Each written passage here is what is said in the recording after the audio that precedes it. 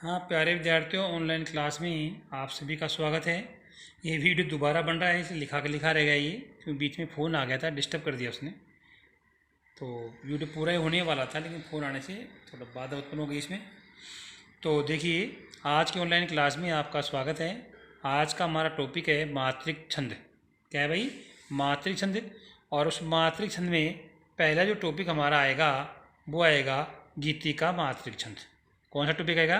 गीति का मात्रिक छंद आएगा। इसके हम लक्षण इस प्रकार से हैं। गीति का छंद के प्रत्येक चरण में 26-26 मात्राएं होती हैं। कितनी कितनी मात्राएं होती हैं भाई? 26-26 मात्राएं होती हैं। ये छंद 14-12 पर यति होता है। यति का मतलब होता है रुकना, विश्राम करना। जब हम छंद पढ़ेंगे तो उसमें हम समझ में आएगा कि रुकना क्या होता है। ये पूरा समझा दिया था, लेकिन वीडियो आने से निशान उशान सब खराब हो गए। हाँ, तो मात्राएं होती हैं। यह छंद 14-12 पर यति होता है। 14-12 पहले चरण में 14 मात्राएं होंगी, दूसरे में 12 मात्राएं होंगी। तो इससे यह एक मात्रिक छंद है। इसके अंत में लघु गुरु का होना जरूरी है।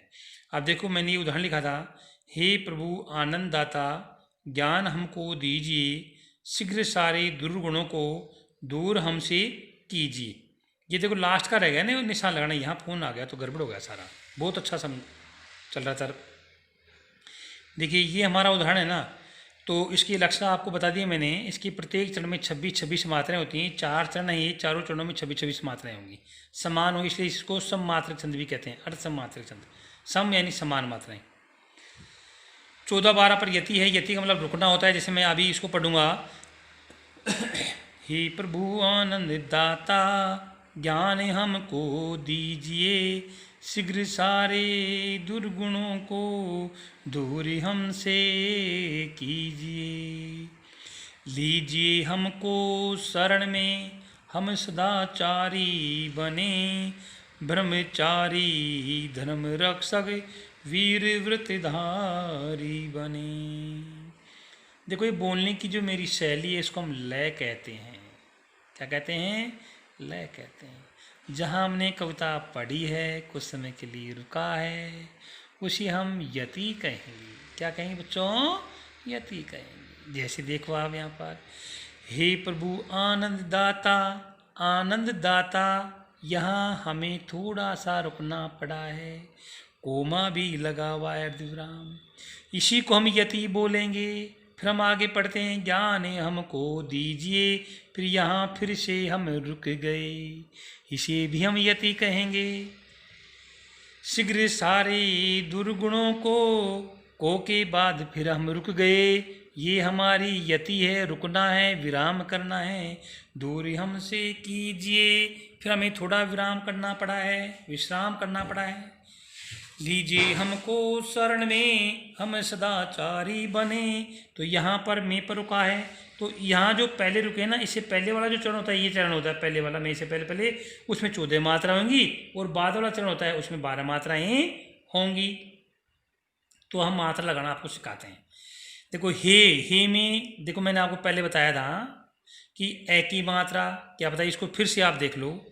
ए, ई, ऊ और ये री, और ये भी ले लो आप, कहीं अगर कोई आ जाए तो अक्सर। इनमें तो हम लगाएंगे लघु मात्रा। इसका भार होता है 1। क्या होता है भार इसका भाई? 1 होता है। और यहाँ पर आ जाओ, आ, बड़ी ई, बड़ा ऊ, ए, आई, ओ, औ, अंग और ये ए। इसका भार होता है 2। इसको हम इस चिन्ह से, इसको हम इस चिन्ह से व्यक्त करेंगे। इसका भार 2 होता है, यानी इसमें 2 मात्राएं गिनेंगे और इनको हम 1 मात्राएं गिनेंगे। ध्यान दीजिए, ए, ई, ऊ, री और डी, इनमें आई का निशान, 1 का निशान लगाएंगे, इसका भार 1 होता है। आ, ई बड़ी, बड़ा ऊ, ए, आई, ओ, औ, अंग, ए। जैसे मान लीजिए अगर किसी में मात्रा नहीं है तो मैं समझ लेता हूँ। ये मात्रा है तो कै में इस तरह से लगेंगी, ये इस तरह से लगेगी, ये इस तरह से लगेगी, ये ऐसे लगेगी, और ये स्वर है अपने आप में, कहीं मिलता नहीं है। फिर का होगा ऐसे, फिर की ऐसे होगी, कु बड़ा ऐसे होगा, फिर के ऐसे लगेगा, कई ऐसे लगेगा, ऊ ऐसे होगा, कऊ को हम ऐसे लिखेंगे, कै पर ये अनुस्वार आ गया और ये कै पर ये विसर्ग लग गया। जब ये किसी अक्षरों के आगे इस तरह की मात्राएं लगी हुई आती हैं तो उसमें हम गुरु मात्रा लगाएंगे इस तरह से, जिसका बाहर 2 गिनेंगे। किसी में इस तरह की मात्राएं लगी आएंगी ऐसे अक्षरों की, उसमें हम लघु मात्रा लगाएंगे जिसका बाहर 1 होगा। ये बात आप अच्छी तरह समझ लीजिए। जो मात्राएं सही लगाएगा उसका छंद भी सही होगा, जो मात्राएं सही नहीं लगाएगा उसका छंद भी सही नहीं होगा। हाँ प्यारे विद्यार्थियों, ये बीच में टेक्निकल प्रॉब्लम आने की वजह से ये वीडियो अधूरा रह गया था, इसे पुनः चालू किया है। देखिए आगे हमने यहाँ तक पढ़ाया था आपको, का, की, के, कई, अगर इस तरह के अक्षर आते हैं तो वहाँ पर दीर्घ मात्रा लगेंगी और यहाँ पर हम लघु मात्रा लगाएंगे। तो इस पर ध्यान देना। अब मात्रा लगाना सीखते हैं हम। देखो, हे प्रभु, हे पर देखो यहाँ पर के, हे, एक ही मात्रा है तो दीर्घ हो गई। प्र में प्र इस तरह से लिखा हुआ है, प आधा है, रे पूरा है, लेकिन प आधे का दबाव इस पर पड़ता भी है तो कोई फर्क नहीं पड़ता क्योंकि पहले से दीर्घ है, इसलिए प्र में रे का स्वर ए है, ये लघु है तो यहाँ पर लघु लगेगी। प्रभो, ओ की मात्रा है, ओ में दीर्घ मात्रा लगेगी यहाँ पर।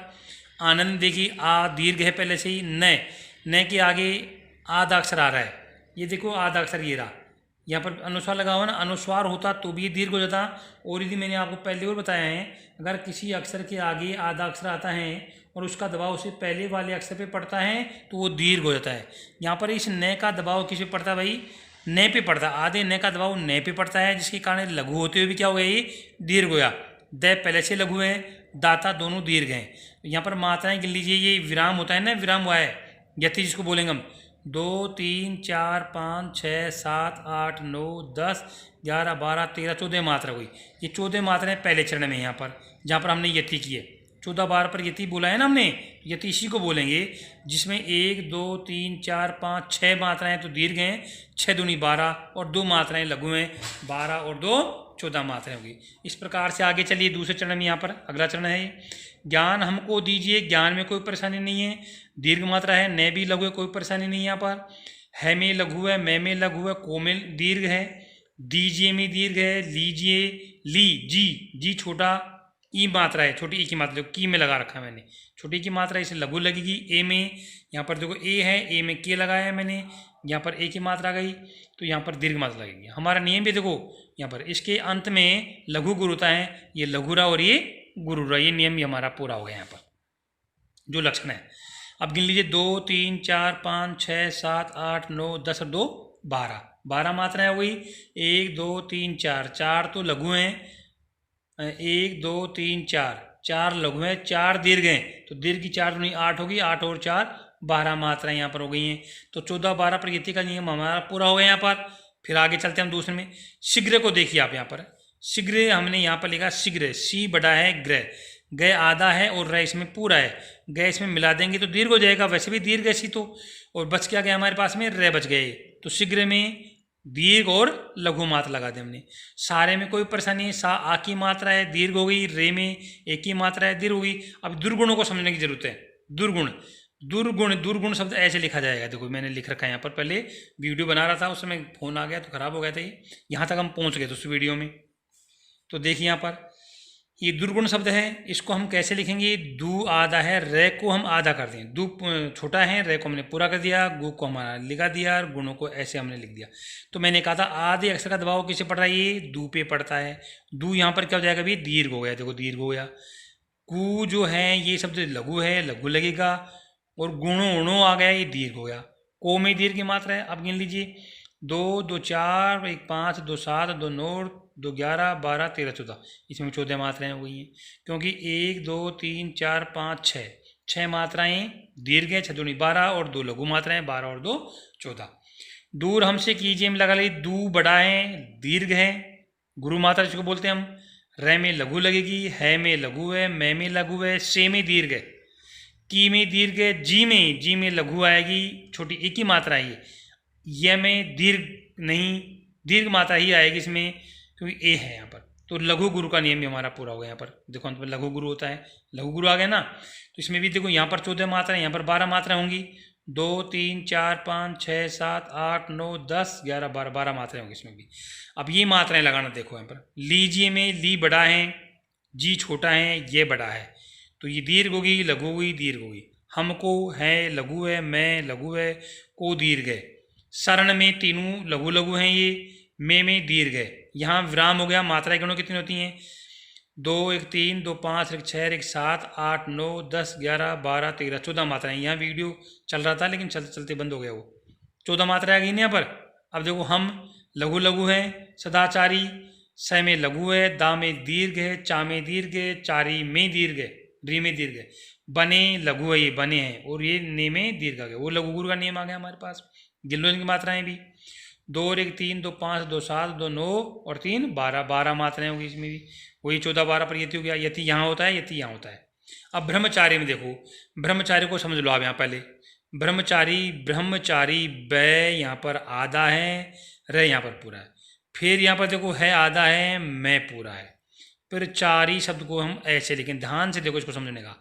ब्र आधा है, इससे पहले कोई अक्षर भी नहीं है, कोई दबाव नहीं पड़ेगा, तो इस बैग पे कोई मात्रा नहीं लगेगी, रे पे मात्रा लगेगी। यहाँ पर रे पे मात्रा लगा दो। रे पे देखो, ब्रह्मचारी, रे लघु है नहीं ये रे, लेकिन है यहाँ पर आया है, यहाँ पर ये आधा हो गया ना, इस आधे का दबाव किस पे चला गया? अभी रे पे चल गया, तो रे लघु होते भी क्या हो गया?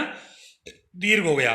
देखो ब्रह्मचारी, यहाँ पर ब्रह्म जो शब्द है लघु होते हुए भी दीर्घ क्यों आए? देखिए यहाँ पर ब आधा है, रे भी पूरा है, लेकिन ब क्या कि फिर है आधा है का दबाव रे पे पड़ गया, तो ये दीर्घ हो गया। यहाँ पर क्या हो गया? ये दीर्घ हो गया। अब देखो, हम जो हम लिखा हुआ है ये यूं लिखा हुआ है, यानी है में मैं मिला हुआ है ना, तो मैं तो पूरा है आधा है, तो मैं तो पहले से क्या हो गया? आधा हो गया। तो यहाँ पर मैं क्या है? पूरा है ना, तो ये लघु अक्षर है, तो यहाँ पर लघु लगेगा। चार ही दीर्घ है यहाँ पर। धर्म में ले लीजिए, इसको समझने का प्रयास कर लिया ना आपने। ब्रह्मचारी कैसे लिखा जाता है? ब्रह में ब आधा है, रे पूरा है में है आधा है, मैं पूरा है। मैं का दबाव रे पे पड़ा, जिस कारण दीर्घ बना है।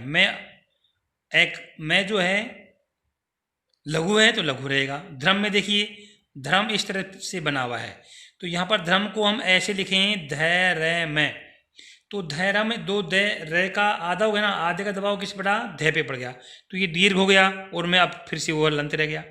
रक्षक को भी देखो आगे, रक्षक में रक्षक ऐसे है, तो ये जो कक्ष से जो बना है, कै आधे से और सै षटकोण से बना हुआ है, दोनों से मिलकर के बना है ये। तो यहाँ पर क्या हुआ? रे प्लस कै आधा प्लस सै षटकोण प्लस कै। देखो ये बहुत समझने की बात है। यहाँ पर कै आधा जो अक्षर है, इसका दबाव किस पे पड़ गया? रे पे पड़ गया, तो दीर्घ हो गया। यहाँ पर फिर सै जो है ये लघु का लघु हो गया, और ये कै।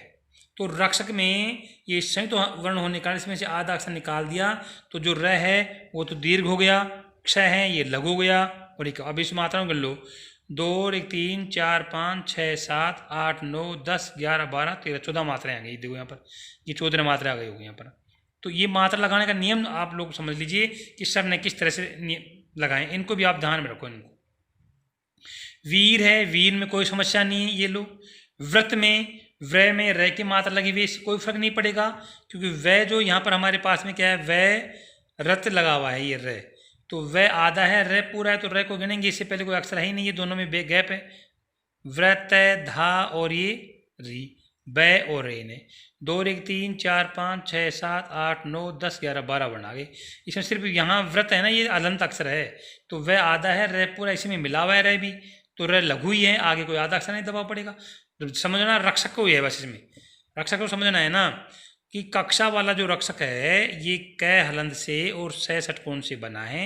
इसे पहले रे आ गया, मैंने कहा कि आधे अक्षर का दबाव पहले वाले अक्षर पर पड़ता है, इसका दबाव यहाँ पर पड़ गया, देखो रे पे पड़ गया, जिसके कारण क्या हुआ, यहाँ पर ये रक्षक दीर्घ हुआ है। आप सोचोगे कि गुरुजी रे तो हलंत था, फिर इसको दीर्घ क्यों किया? अरे रक्षक में कक्ष जो आया है इसमें कै और से बना हुआ है, कै आधा हलंत है, हलंत अक्षर है, तो हलंत अक्षर जो है वो इसमें रे में मिल गया। रे में मिलने की वजह से ही क्या हुआ है, दीर्घ हुआ है, जैसे ब्रह्मचारी में हुआ है वैसे ही हो। फिर भी यदि आपको कुछ समझ में नहीं आया है तो आप पुनः मेरे को कमेंट्स कर देना, मैं दोबारा समझा दूंगा। आज के लिए इतना ही काफ़ी। ये आपका गीति का छंद पूरा हो गया। जय हिंद। हाँ प्यारे विद्यार्थियों,